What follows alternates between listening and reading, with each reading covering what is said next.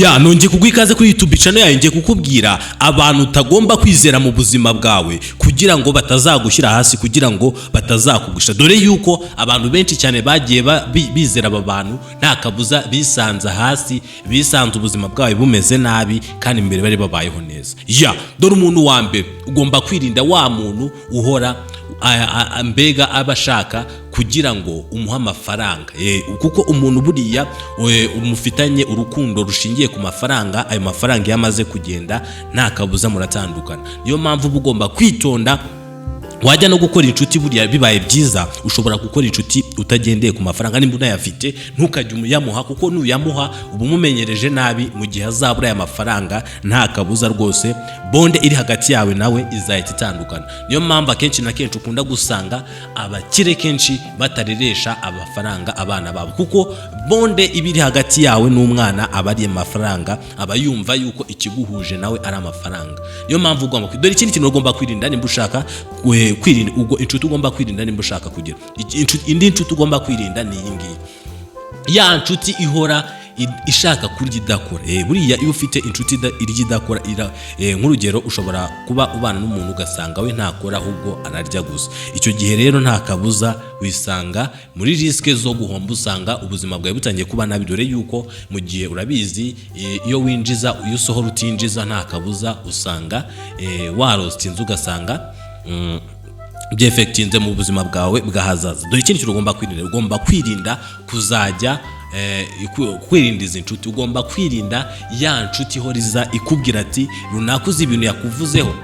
Ushobora kumva ari byiza yego, ariko ujye ubate kumutega amatwi. Ntago ari mvuze ko ari bibi kumutega amatwi, ntari ariko mbere na mbere ugomba kumenya yuko kugira ngo aze kukubwira ibyo ngibyo, kugira ngo aze kukubwira ibyo bakuvuzeho, hari ibindi bamubwiye, hari ibindi yavuze, hari ibyo bamubwiye yego, hari n'ibyo yavuze kugira ngo bamubwire ibyo ngibyo, kugira ngo bamugire icyizere cyo kukuvuga ahari. Hari ibindi yavuze. Niyo mpamvu rero ugomba buriya aho kugira ngo aza kubwira ibyo bakuvuzeho, ajya aza kubwira ibyo yakuvuzeho kugira ngo babone kukuvuga ahari. Dore indi nshuti ugomba kwirinda rero, ugomba kwirinda ya nshuti ihora yumva ko ubuzima amahirwe azaza aturutse muri beti. Hari inshuti zibaye uko nguko ukumva we intumbero zafite ati nge nzakina akadege mpaka rwose umunsi umwe umuzungu azama miliyoni. Icyo gihe rwose iyo nta nshuti irimo, nawe wisanga utangiye kujya ushora amafaranga yawe. Murabizi imikino y'amahirwe nta kindi ikora, nayo barayarya. Uko reka nk'urugero, umuzungu yamaze imyaka irenze 20 yiga uburyo iriya ndege izajya iguruka. Rero mu gihe ufashe ngo akadege ugiye ngo kugira kugakina bundi ngo winjize amafaranga, wibuke ko hari abazungu, hari abantu bafashe umwanya biga projet. Rero urumva amafaranga wikeka ko wabakiriramo, kandi nabo bashaka amafaranga bazi ko ariko kazabakiza. Abagashinze nabo barashaka kuba baherwe bagaturutsemo. Urumva rero ntibyakunda. Nabo bagashinze kugira ngo bakeneye amafaranga, nabo bakeneye amafaranga yawe. Dore ikindi kintu ugomba kwirinda, ya nshuti ihora igira akarimi karyoshye, akarimi karyohereye cyane. Impamvu mvuze akarimi karyohereye, hari umuntu usanga akubwira utugambo twiza. Buriya hari igihe umuntu ashobora kukubwira utugambo twiza ugasanga akubwira nimba ukoze ikintu kibi ntakikwereke, ahubwo akakwereka utuntu twiza gusa wakoze. Uwo muntu aba ari mubi buriya, hari dafite ikintu agushakaho. Ndetse wumve yuko umuntu utakwereka amakosa yawe nta rukundo aba agufitiye. Umuntu utakwereka amakosa yawe agakwereka utuntu gusa twiza, nta kabuza rwose uba wisanga urimo uragira. Niyo mpamvu ugomba kwitonda, niyo mpamvu ugomba kwirinda kugira ngo inshuti ugahitamo n'inshuti nziza, ukirinda abantu bameze uku nguku kugira ngo utazisanga batumye ubuzima bwawe bwangirika, ugasanga rimwe na rimwe bikuviriyemo ihungabana, cyangwa ugasanga bitumye ubuzima bwawe bupfa imburagihe. Ngiwe mukunzi nkuko mbikubwira rero ni Emeteo. Dore yuko mfite amashene menshi na uploading aho ibintu byinshi byagufasha nk'ibi by'ubwenge.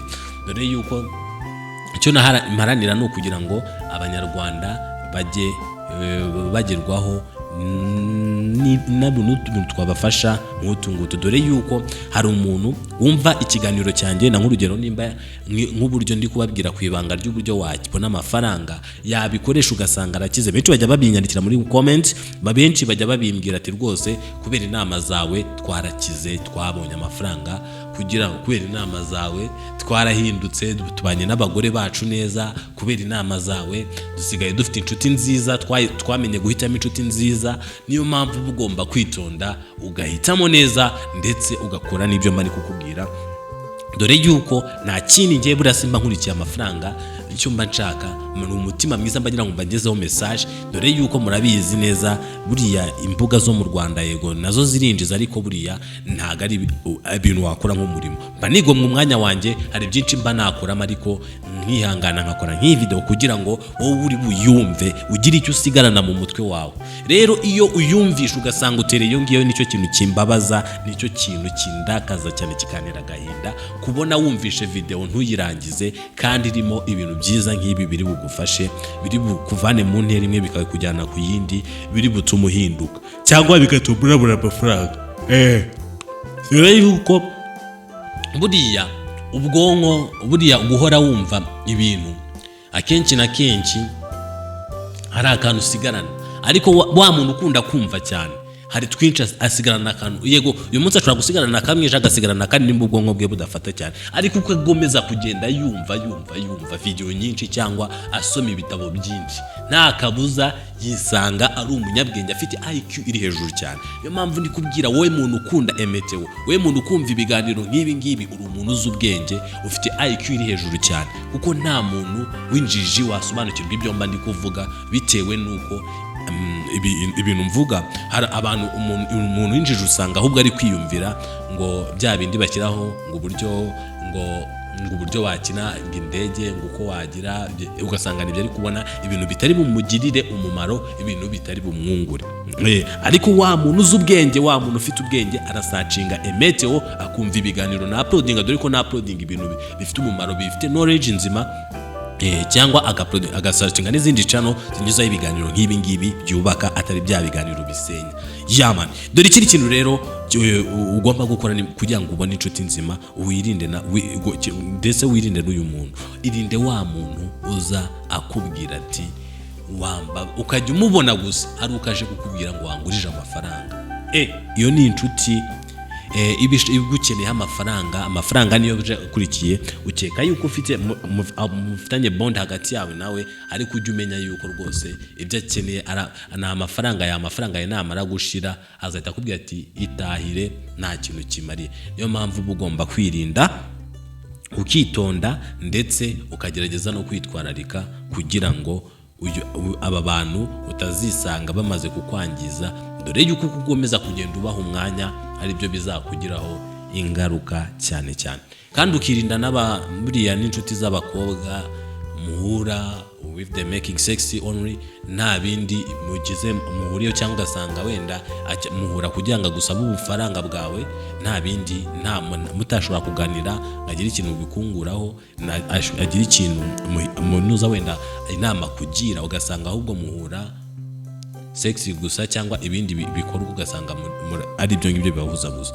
Nta kabuza rwose, ubu nta bushuti bufite bushingiye, ni kimwe na wa muntu uguha amafaranga, ni kimwe na wa muntu uba utanga amafaranga, mufite friendship y'amafaranga, niyo ngoma muhuje kuko ari icyo umuha nawe aguha. Niyo mpamvu ugomba kwirinda inshuti nk'izo ukamenya guhitamo inshuti, dore yuko uko uhitamo inshuti nzima, uko uhitamo abantu bazima bakwegera, ni nako ubuzima bwawe bugira impinduka nziza zigaragara.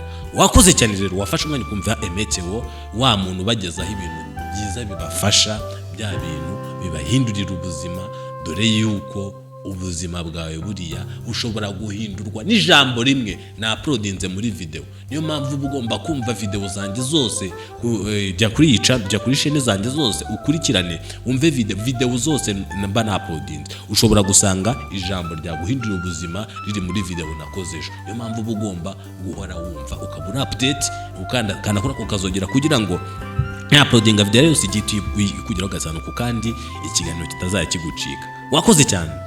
nkuko nabikubwiye niyemetseho tubane mu zindi video. Imana iguhe umugisha, we wafashe umwanya wawe ukumva ibintu by'agaciro nk'ibi ngibi, we wafashe umwanya ukareka kujya kureba. Hari abantu bareba filime z'urukozasoni ugasanga cyangwa bari kureba ibindi bintu bitabafitiye umumaro, ariko we wafashe umwanya wumva ibiganiro nk'ibi bigufasha, biri bizana impinduka mu buzima bwawe, biri butume uhinduka umukire, biri butume ugira inshuti nziza. Asante sana, tuko pamoja.